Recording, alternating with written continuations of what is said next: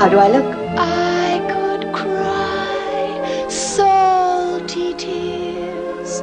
Where have I been all these years? Audrey Hepburn, una estrella en busca de sí misma. Or should I run? How long has this been going on? There were chills up my spine and some thrills I can't define. Does it show? And who would know? How long has this been going on? Oh, I feel that I could melt into heaven. I'm hurled. I know how Columbus felt, finding another world.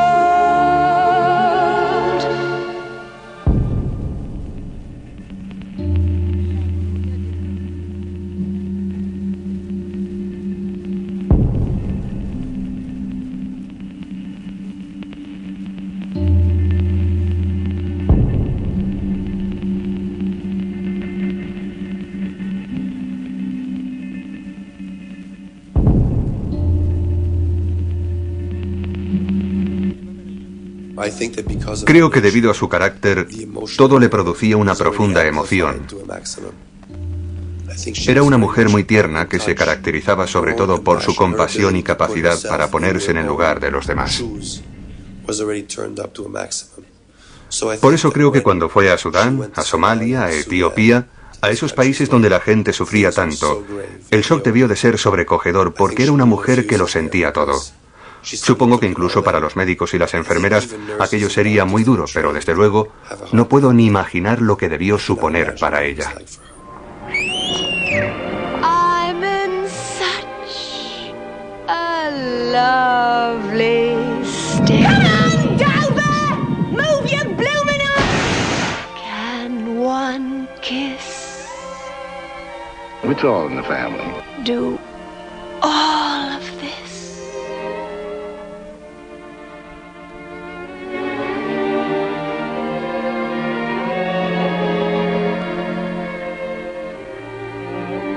Cháu ơi, đừng dạn ra con cháu ơi, đừng dạn ra tôi.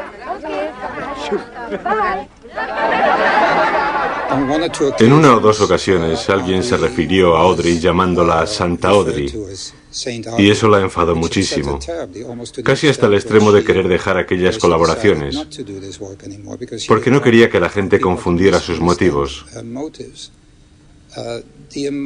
La fuerza emocional que la motivaba a ayudar a la gente creo que procedía de su niñez.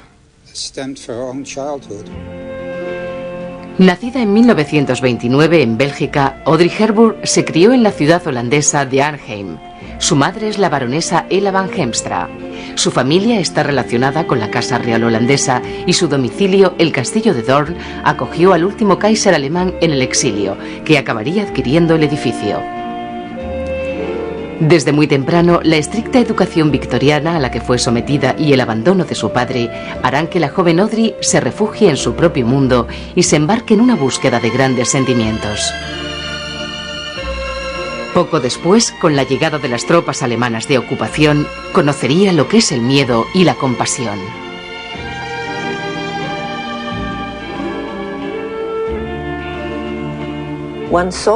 Nosotros sufrimos mucho. Varios miembros de mi familia murieron a manos de los alemanes. Además, se llevaron a mi hermano, todavía estudiante, a realizar trabajos forzados a Alemania. De hecho, muchos de sus amigos murieron en los campos de trabajo. Una vez incluso vi cómo alineaban a unos hombres contra la pared y los fusilaban como represalia. A veces paraban a la gente en la calle y tú no podías seguir andando sin arriesgarte a que te encerrasen. Todas esas cosas no se olvidan jamás.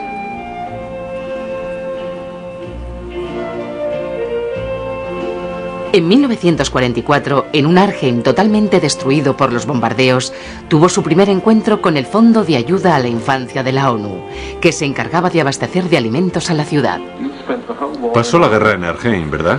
Sí. ¿Fue terrible?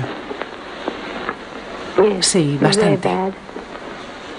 ¿Ya actuabas por aquel entonces? ¿Es allí donde empezaste? No, en realidad no.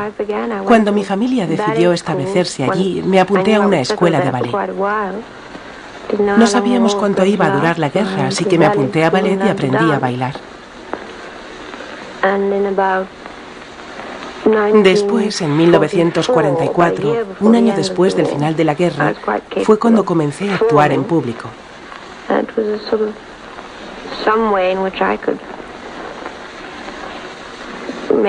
Me pareció que era una forma de conseguir dinero para la gente que más lo necesitaba, porque había mucha pobreza. Ya a la edad de 11 años trabajaba para la Resistencia como correo. Los niños estaban libres de sospecha. Con 17 años participa en una de las primeras películas holandesas de posguerra. Up here. That's it. Look, I'm making a film about Holland. I'm only here for 7 days. Will you help me? You will? El padre, Joseph Herbert Houston, un playboy inglés con mucho mundo y poco éxito como banquero, es un fascista convencido. Audrey solo se dará cuenta de esto más tarde. De pequeña idolatraba a su padre por su oratoria, su pericia montando a caballo y navegando a vela. Su padre abandonó a la familia cuando Audrey tenía solo 6 años. Años más tarde me confesó que nunca pensó que su padre hubiese dejado sola a su madre, sino que también la había dejado a ella. Generalmente los niños de esa edad piensan que todo tiene que ver con ellos. Y eso marcó a Audrey para siempre. Le dio cierta sensación de inseguridad que jamás la abandonó.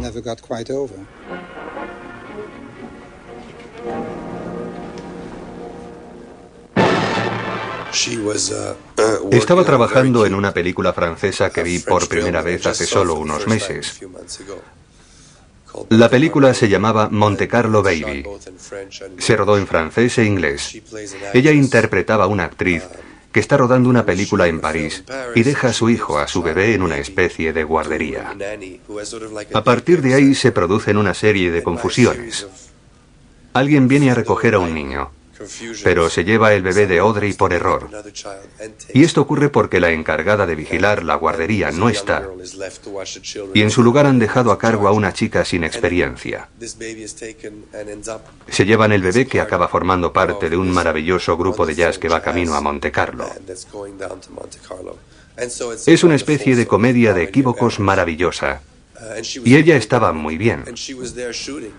Así que mi madre estaba rodando allí mientras Colette pasaba una semana de descanso en un hotel maravilloso de Monte Carlo, el Côte d'Azur. Acababa de volver de Nueva York, donde había firmado un acuerdo para llevar el musical Gigi a Broadway. Así que allí estaba ella, pensando en qué aspecto debía tener el personaje de Gigi cuando vio aparecer un equipo de rodaje con mi madre al frente. Colette pensó, ahí está. Y el resto es historia. Siempre hay alguien en tu vida que hace algo por ti y te pone en el camino correcto. Así fue como la descubrieron, es decir, cuando los productores de Vacaciones en Roma la eligieron para la película, no fueron a Europa, sino que la encontraron en un escenario de Nueva York.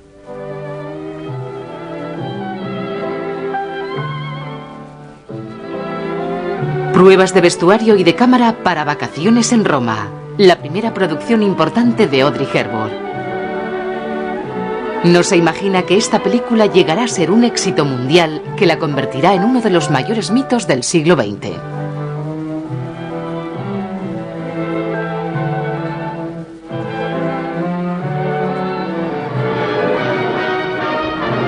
Noticias Paramount les ofrece un reportaje especial sobre el viaje de la princesa Ana a Londres, la primera parada en su viaje de buena voluntad por las capitales europeas. Los británicos le dan una calurosa bienvenida a la heredera de una de las casas reales más antiguas del viejo continente. Su primera película en Hollywood se convirtió en un símbolo. Pero el mito de la Hepburn va más allá de las estrellas de cine.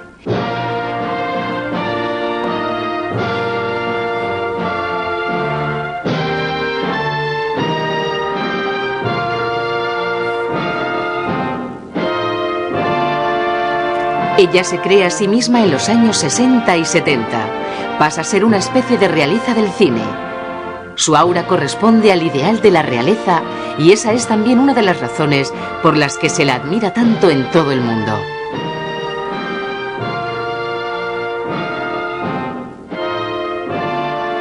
El momento del estreno de la película fue elegido con premeditación. Ese año sube al trono en Buckingham Palace la reina Isabel II.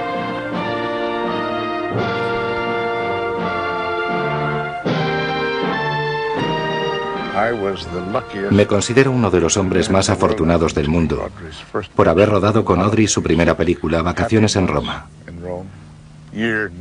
Pasamos 6 meses maravillosos en Roma. Fue en 1950. Algunos recordarán la historia de la princesa que viaja a Roma y se escapa para olvidar sus deberes reales. Allí conoce a un periodista.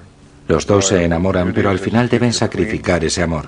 Ella para seguir con sus deberes de princesa y él para volver a su trabajo como periodista. Desde luego no hay ninguna duda de que la princesa se convirtió en reina. Y no solo en la gran pantalla. Audrey fue una actriz inteligente y con talento. Pero además fue una amiga encantadora, sensible, y una de las personas que más he querido en mi vida.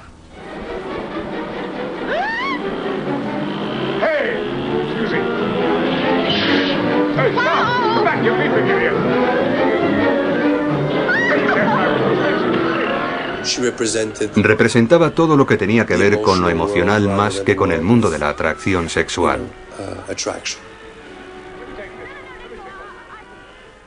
De modo que gustaba por igual a hombres y a mujeres. Creo que su peculiar estilo procedía de dentro. Billy Wilder dijo de ella que Dios le había besado en la mejilla. Así era ella. No hay otra forma mejor de definirla. Si estuviera aquí sentada, usted mismo se daría cuenta de que era así.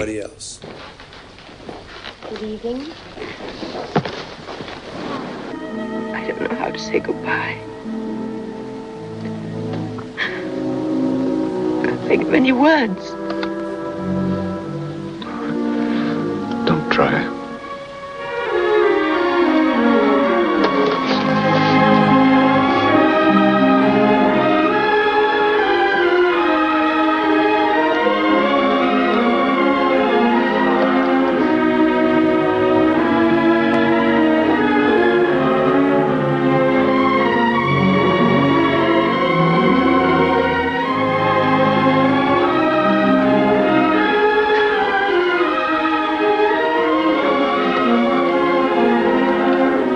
Audrey Hepburn llega a la portada de la revista Time y recibe un Oscar a la mejor actriz. A los 25 ha alcanzado el éxito. Por supuesto, con Vacaciones en Roma se convirtió en una estrella de la noche a la mañana. Creo que todos la adoraban. Supuso una agradable sorpresa comparada con la típica chica que salía en las películas. Audrey tenía una belleza única, algo especial. Su dicción era perfecta, su voz dulce y maravillosa. Pero además era una mujer muy modesta. Jamás fue vanidosa. Siempre se sintió agradecida por lo que tenía. La gente la adoraba y claro está, la habrían agobiado, pero ella supo vivir a su modo y eso hicimos cuando vino aquí a trabajar y a vivir.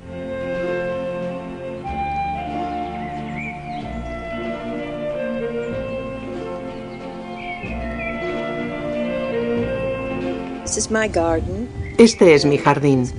Aquí pasamos muchos momentos felices. En verano nos sentábamos junto a la piscina, cogíamos flores, también celebrábamos fiestas por las noches. Y ahí estaba el apartamento de Audrey. Yo siempre lo llamaba su casa del árbol. Aquí estudia Audrey Hepburn sus papeles cuando rueda en Hollywood. Aquí se siente segura. Evita siempre que le es posible el glamour y las eternas fiestas de Hollywood. Billy Wilder reconoce enseguida el potencial de la Hepburn. En 1954 le da el papel protagonista en Sabrina, junto a Humphrey Bogart y William Holden. Ellos interpretan a dos hermanos tan ricos como diferentes que se enamoran de Sabrina. Los dos actores tampoco se llevan bien en la vida real y el rodaje se convierte en una pesadilla. Audrey tuvo en la vida real una historia de amor con William Holden, pero cuando él le contó que después de su vasectomía no podría tener hijos, Audrey abandonó inmediatamente la idea de una boda con el todavía casado Holden. Su principal objetivo era ser madre. Eso era más importante para ella que su carrera profesional. Y como en la película, al final Holden se quedó sin la chica. It's Sabrina. Isn't it amazing? Would you have recognized her? How do you like those legs now, David? Aren't they something? David. The last pair of legs that was something cost the family $25,000.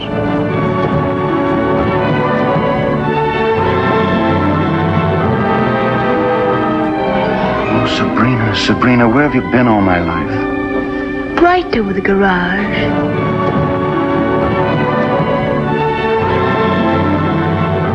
It's all in the family.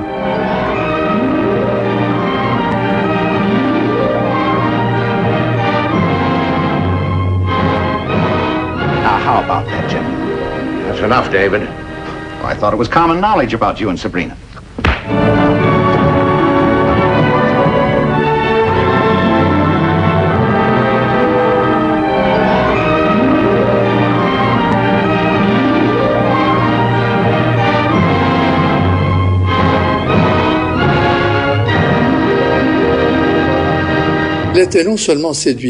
No solo era una mujer hermosa, sino que también sabía seducir. De hecho, tenía un gran poder de seducción.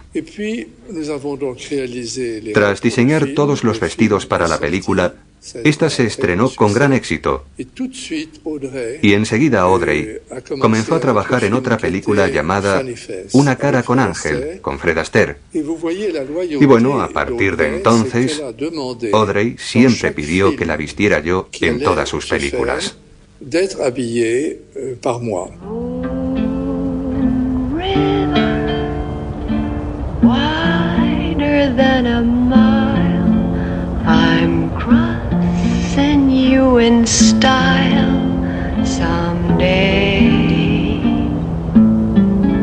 Audrey. Menos es más. El look Givenchy de Hepburn revoluciona Hollywood. El tiempo de las actrices voluptuosas ha pasado, afirma Billy Wilder. Tras su tercera película, Audrey Hepburn ha pasado de ser una curiosidad europea a una sex symbol del cine americano. En la industria no quisieron cambiarla. Fue más bien ella la que cambió a la industria. Y fue así durante años. Cuando pienso en las actrices jóvenes de ahora, no hay ninguna que tenga la presencia de Audrey. Una presencia que ella creó sin esfuerzo alguno. Y por supuesto que Hubert la vistiera fue un acierto. Su sentido del gusto era muy parecido y muy sencillo. Generalmente cuando nos vestimos para una fiesta nos ponemos joyas, pero con Audrey era todo lo contrario. Quita y jamás añadas. Le gustaba la sencillez. Creo que ese es un buen legado para las actrices jóvenes que intentan imitarla, pero ninguna tiene su estilo. Como mi difunto marido solía decir, una estrella emite luz propia, y es cierto, y no es algo que se pueda decir de todo el mundo. Billy Wilder dijo algo así de Audrey, dijo, Dios la besó en la mejilla, porque la cámara la enfocaba y de repente había magia. Won't you join me?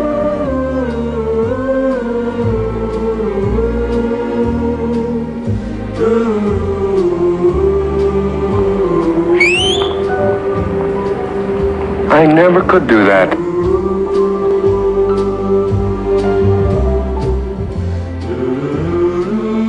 Desayuno con diamantes convierte a Audrey Hepburn en 1961 definitivamente en una estrella mundial. El papel de Holly, una chica de vida alocada de la bohemia neoyorquina que se enamora de un joven escritor, convierte su estilo, sus gestos en leyenda.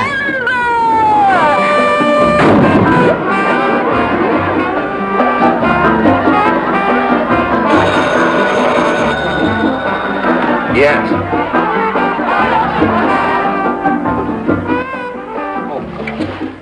Oh, good evening, Ed. Tell you one thing, Fred, darling. El resultado final no parece ser del gusto de Truman Capote, quien hubiera preferido contar con Marilyn Monroe para el papel protagonista. Todos suponen que el personaje de Holly requiere un físico y un carácter diferente. Sin embargo, Audrey le da un toque especial y consigue que la comedia que aflora en la película se tiña también de melancolía.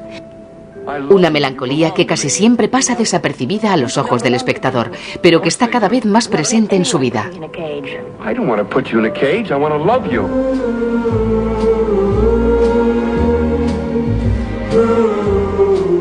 Se podría decir que el personaje era muy diferente, mucho más divertido, más, no sé, más excéntrico que los que había interpretado antes. Y por eso nos podíamos permitir cosas más arriesgadas, más locas, porque la historia lo pedía.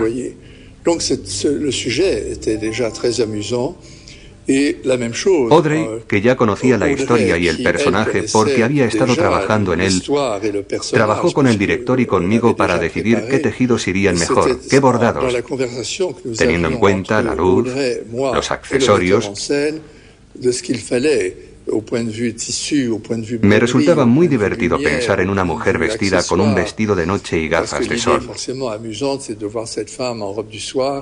Y sin embargo ahora, si vas a cualquier desfile de moda, puedes ver a las modelos desfilar con vestidos de noche, gafas de sol y diamantes. Así que podríamos decir que fuimos unos innovadores. Pero nosotros teníamos un contexto. Esa mujer que viene de una fiesta y que desayuna frente a los escaparates de la joyería Tiffany's. Toda la idea nos pareció divertida y disfrutamos poniéndola en práctica. Sin embargo, Audrey Hepburn sigue siendo una niña melancólica muy influenciada por la guerra y, claro está, aún tiene un miedo visceral a sufrir nuevas heridas o pérdidas. Por eso solo admite la amistad de aquellos que considera que no pueden hacerle daño o que no van a utilizarla.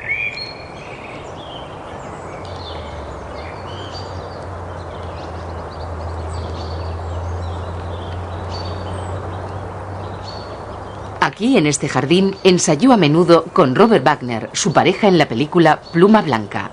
Wagner fue uno de sus pocos buenos amigos en Hollywood. Cuando entraba en el estudio, era evidente que todos, desde el portero, pasando por los electricistas, las costureras, todos la adoraban y la querían por lo que era. Porque se detenía a charlar con ellos, porque se preocupaba por los demás. Fue un ser humano excepcional y me considero muy afortunado, de verdad, muy afortunado por haberla conocido y por haber trabajado con ella. Para mí fue como la guinda del pastel. En la película Cómo robar un millón, Audrey pasa de ser una estrella de cine y se convierte en un icono cultural. La película es casi una parodia del estilo Audrey Hepburn, que por entonces influye cada vez más en la moda. Ya se espera de ella que aparezca con un determinado aspecto. El desarrollo de la película se desdobla en dos niveles. A estas alturas, nadie cuestiona las cualidades artísticas de la actriz. Es más, están más presentes que nunca. You interested in a big-time caper? What? A heist. A heist? Oh, you mean a burglary? What's the score, baby? The Cellini Venus. Are you really serious? It's worth $1 million. You've seen the way your statue's protected, the electric eye, the guard.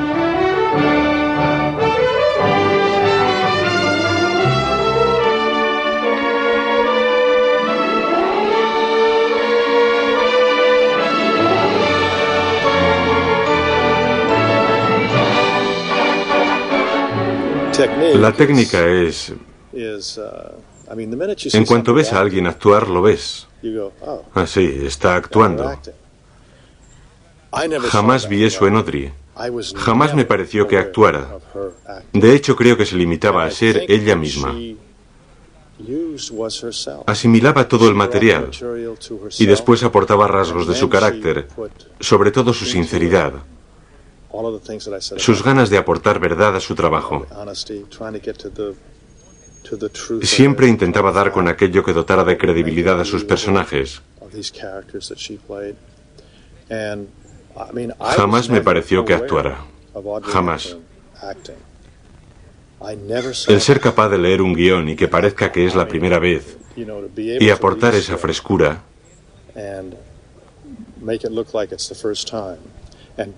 eso es tener talento. Momento culminante, 1956, Guerra y Paz. La extraordinaria novela de Tolstoy llevada al cine. En los papeles principales, Audrey Hepburn y Mel Ferrer. La pareja había contraído matrimonio 2 años antes. Dos fuertes personalidades en escena que no funcionan como pareja. En 1968 se separan oficialmente, aunque ya llevaban bastante viviendo en casas distintas. Era la mujer perfecta para el matrimonio. Creo que el gran problema fue que proyectaba gran parte de sus propios deseos en los hombres. Creía reconocer en los hombres algo de esa ansia de cariño. Se decía a sí misma: creo que somos una especie de gemelos espirituales. Reconozco que compartimos una esencia común. Sin embargo, y desgraciadamente, cuando dos personas así se unen en matrimonio, la cosa no funciona. Los dos buscan algo que no pueden conseguir de otro, solo lo pueden conseguir de ellos mismos. I love you, if that's any good. I love you. You don't know what love is. I hate you. Joanna, listen! I never want to see you again. Not much! Ow! As long as I live. Joanna! No. I've decided we should get married. What do you say? Yes. Pocas semanas después de su separación de Mel Ferrer, Audrey Hepburn contrae matrimonio con el psiquiatra italiano Andrea Dotti. Se traslada a Roma con su hijo Son. Audrey se culpa a sí misma del fracaso de su matrimonio con Mel Ferrer y ahora quiere demostrarse a sí misma que esos fuertes sentimientos que ha estado buscando durante toda su vida pueden ser para siempre. Sin embargo, Dotti le es continuamente infiel con otras mujeres. De nuevo la hieren profundamente. Hablábamos de todo. Charlábamos de cosas alegres y de cosas tristes, de nuestras relaciones. Y cuando su matrimonio con Andrea, el padre de mi hermano Luca, fracasó, también hablamos sobre eso y un día me preguntó: ¿las personas pueden cambiar? Yo tenía 13 años y creía que las personas sí podían cambiar. No lo sabía con seguridad, pero quería darle esperanza y le dije que sí. You've got a bird in your pretty hair, ma'am.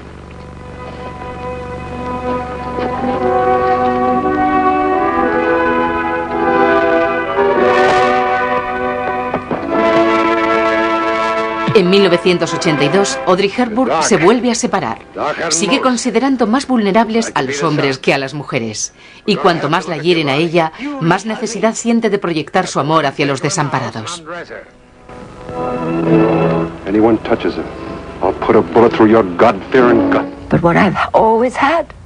Lo que siempre he tenido y que quizá naciera con ello es un enorme amor por la gente, por los niños.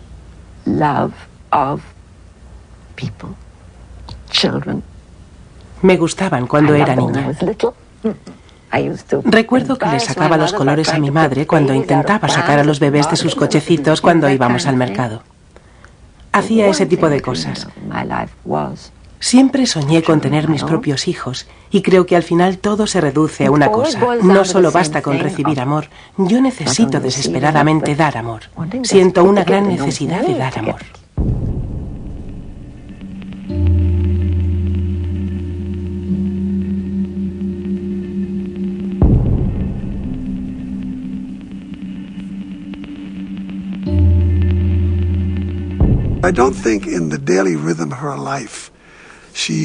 No creo que fuera una mujer feliz,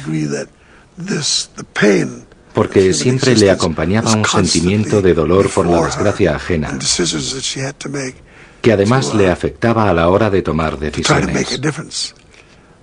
Tenía una generosidad, una humanidad que resultaban sobrecogedoras.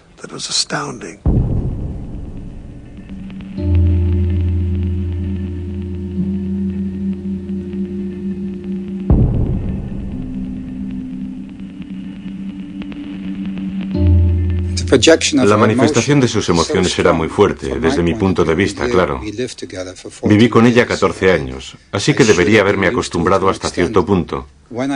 Pero cuando veo algunas de sus películas, o alguna escena en particular, me conmueve tanto que rompo a llorar. Historia de una monja, por ejemplo, es una película que no puedo ver, porque el carácter de la hermana Luke se parece mucho al de ella. Es como si la personalidad de Audrey se reflejara en aquella mujer. Su crisis de fe, la angustia y ese miedo, todo eso era de Audrey. Por eso es muy difícil para mí ver esa película no solo sin conmoverme, sino sin tener una terrible sensación de pérdida y soledad.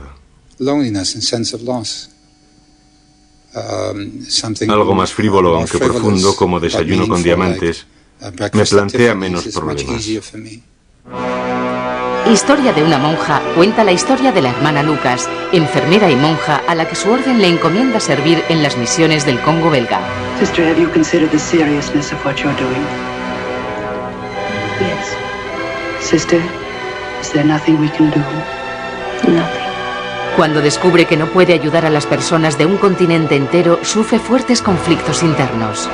Su vida de monja se da por concluida cuando inicia una relación con el médico con el que trabaja en la selva. De acuerdo con sus votos, no debe mostrar sus sentimientos. Esa restricción amenaza con acabar con ella y acaba abandonando el convento. Una mujer que busca su destino y que no le teme a obstáculos ni a peligros.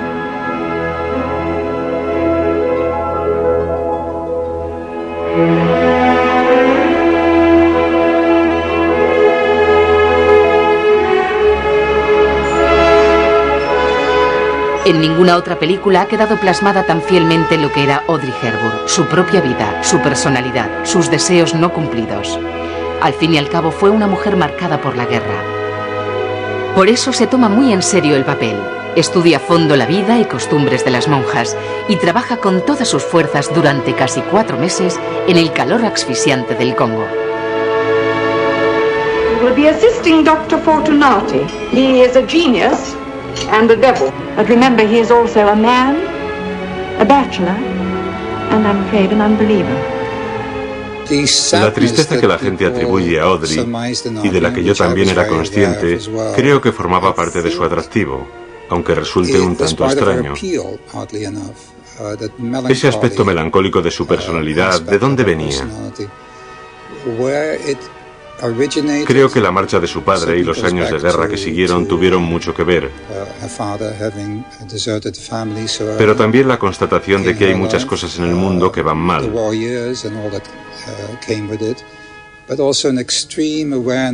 Se apenaba mucho por los demás.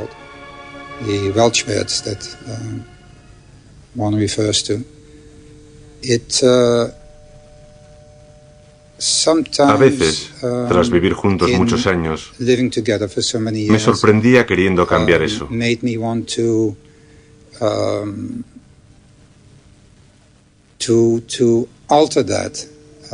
Después me daba cuenta de que era imposible.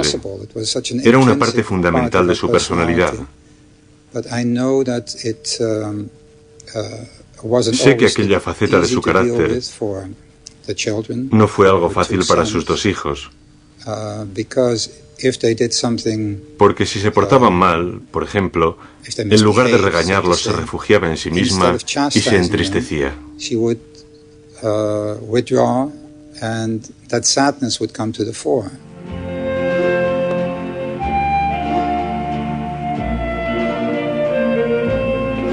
Se traslada con Luca, hijo de su matrimonio con Andrea Dotti, y Son a una casa en el lago Le Mans. La villa llamada La Pasible la compró con el padre de Son, Mel Ferrer, y es su escondite favorito. La Pasible significa más o menos lugar tranquilo.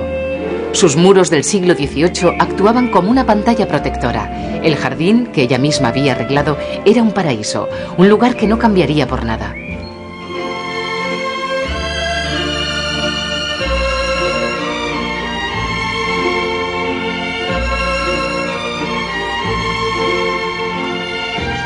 Gracias al dinero que ganó por interpretar el papel principal en el musical My Fair Lady, pudo comprar la Pasible, $1 millón. Esta cifra mágica no la habían cobrado hasta la fecha más que Marlon Brandon, Liz Taylor y Sophia Loren. En general, todo lo que tuvo que ver con la producción de aquel musical alcanzó cifras exorbitantes. El productor Jack Wagner se empeñó en plasmar la Inglaterra de Eduardo VII de principios del siglo XX en Hollywood. De los escenarios y el vestuario se encargó el excéntrico artista Cecil Beaton. Esta vez, Messier Givenchy no participa en nada, pero Audrey Hepburn le consulta constantemente, lo que no es del agrado de Cecil Beaton.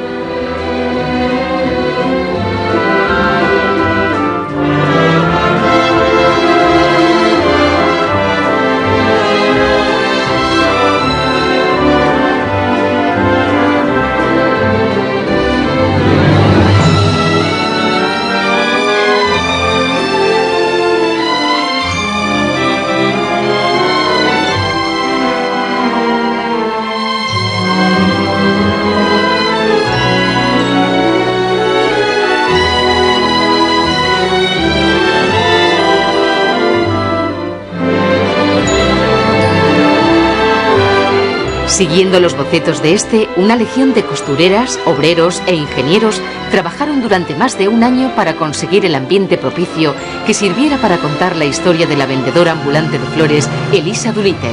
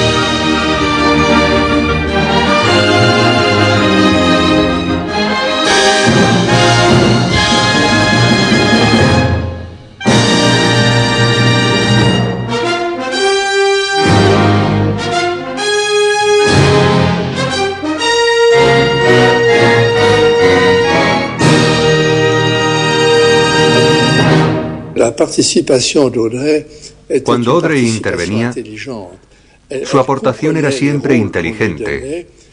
Comprendía perfectamente su papel, pero además investigaba y procuraba darle más intensidad e imaginación. Por eso en cada película siempre estaban presentes sus ideas, sus emociones.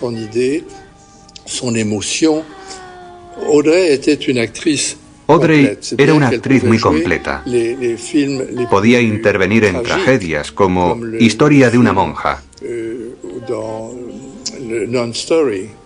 o esa otra película en la que hace de ciega, o interpretar a Shakespeare, o cantar en una comedia musical.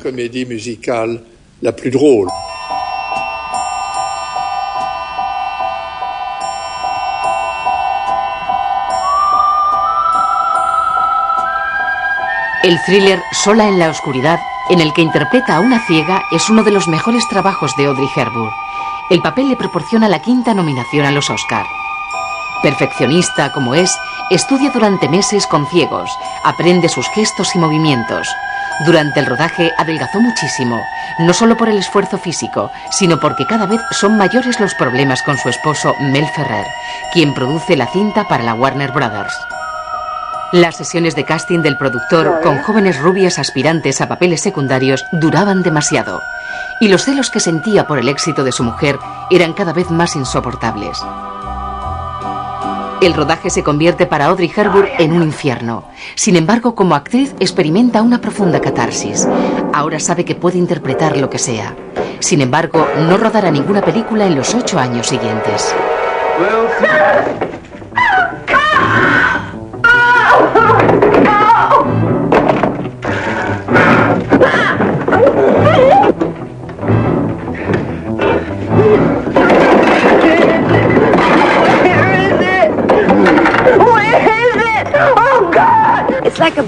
Es como un regalo cuando ya estoy al final de mi vida. Y si mi trabajo me ha dado algo especial, es esta notoriedad. Que la gente sienta curiosidad por verme, por hablar conmigo. Y eso es lo que procuro utilizar para beneficio de los niños. ¿Puede haber algo mejor?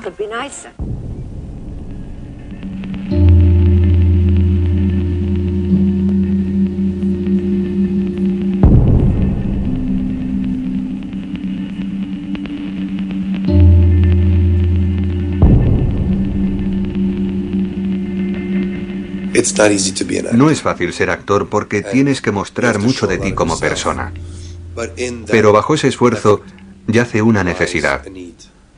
Creo que si hablas con actores, te dirán que esa necesidad de sentirse reconocidos, aceptados y queridos, tiene su origen en algún tipo de carencia.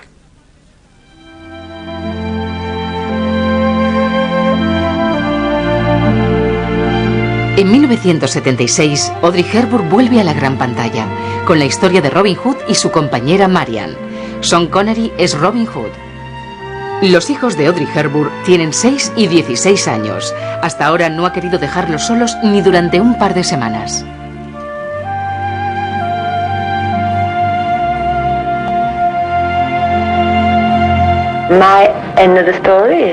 Mi final de la historia es romántico. Marian es la chica de Robin, su novia, y le quiere mucho. No more scars, Robin. It's too much to lose you twice. Trata de Robin y Marian, o simplemente de un hombre y una mujer.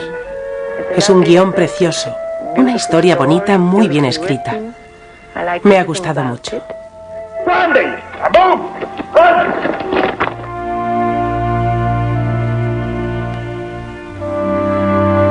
I can't swim.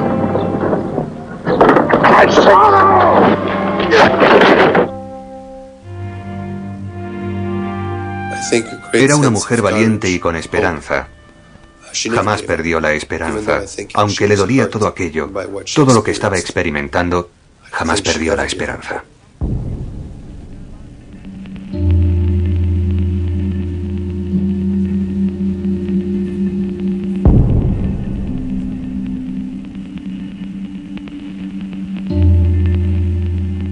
En sus misiones como embajadora de UNICEF, Audrey Hepburn encuentra esas grandes emociones que siempre ha buscado, sin limitaciones. Su amor, su compasión y su valor se verán puestos a prueba hasta límites insospechados. Nos vimos y me dijo, ¿sabes? He vuelto del infierno. Lo que he visto es inimaginable. Por aquella época Audrey ya estaba enferma, aunque no imaginaba hasta qué punto. Además, todo el trabajo que hizo para UNICEF no le ayudó en nada. Es decir, ayudó a difundir y a dar a conocer UNICEF en todo el mundo. Pero para ella fue una experiencia destructiva.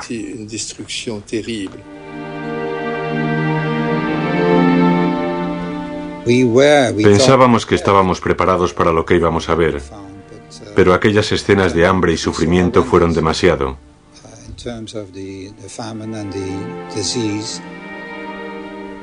3 meses después, Audrey murió.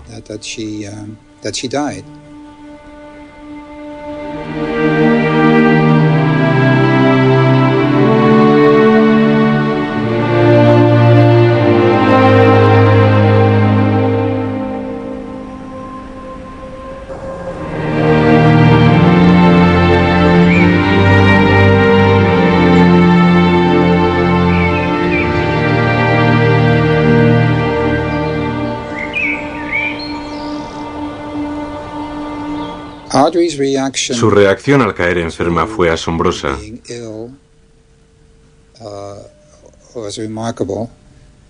Porque lo único que le preocupaba de verdad éramos nosotros, sus hijos y yo, su familia. No se quejaba casi nunca, solo a veces del dolor. Pero no renegaba por haber enfermado, de hecho decía, ¿y por qué no yo? Al principio, cuando nos dijeron que era un cáncer incurable, decidimos no decírselo. Luego me pareció que ella ya lo sabía, pero que quería ahorrarnos el horror de todo aquello. De hecho, se volcó con nosotros. Llegó a decir que aquella era la mejor época de su vida, porque tenía a toda su familia junto a ella. La verdad es que no siempre podíamos estar todos juntos. Los chicos iban a colegios diferentes y ella solía viajar mucho. Pero durante aquellos meses no nos separamos de ella. De hecho, las últimas Navidades que pasamos juntos, Audrey murió unas 3 semanas después, estábamos todos en la casa de su hija, y al final de la velada, cuando nos fuimos a la cama y apagamos las luces, dijo: estas son las mejores Navidades de mi vida. 3 semanas después moría. Y siento una gran rabia, una gran cólera. No creo en la culpa colectiva, pero sí en la responsabilidad colectiva.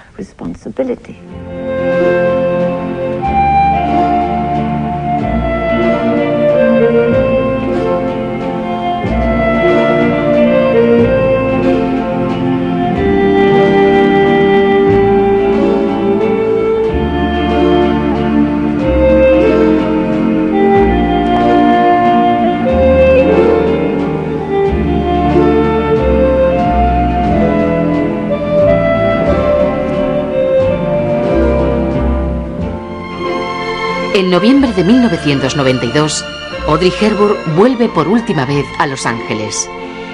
En una larga y arriesgada operación, le extirpan varias úlceras cancerígenas del intestino y el útero.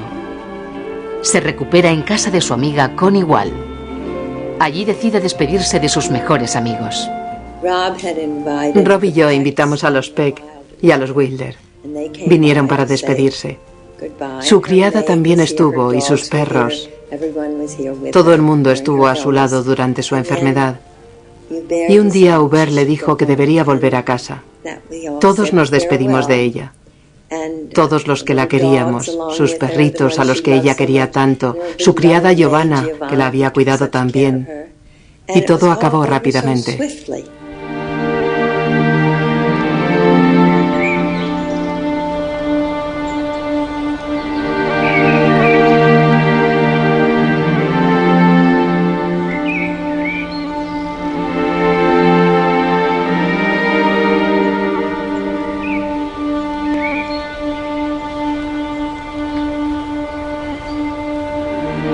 Creo que se enfrentaba a la idea de la muerte con mucha valentía. Un gran médico de familia que aún hace visitas a domicilio dijo una vez: si vives bien, morirás bien. Y creo que nuestra familia fue bendecida con ambas cosas. Ella consideraba la muerte como parte natural de la vida. No se enfadaba porque buscásemos tratamientos alternativos. Y cuando veíamos que no se curaba, recurrimos a medidas menos convencionales. De hecho, nos escribía mucha gente dándonos consejos. Fue conmovedor.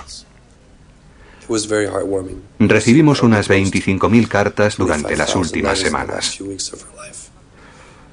Pero en su interior sentía que la vida y la muerte estaban unidas y que una era la extensión de la otra.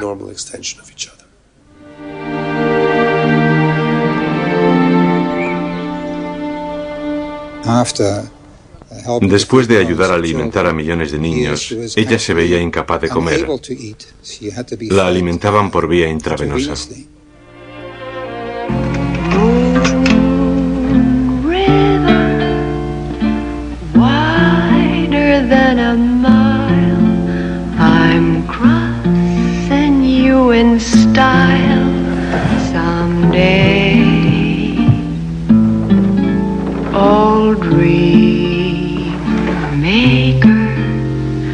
You heartbreaker,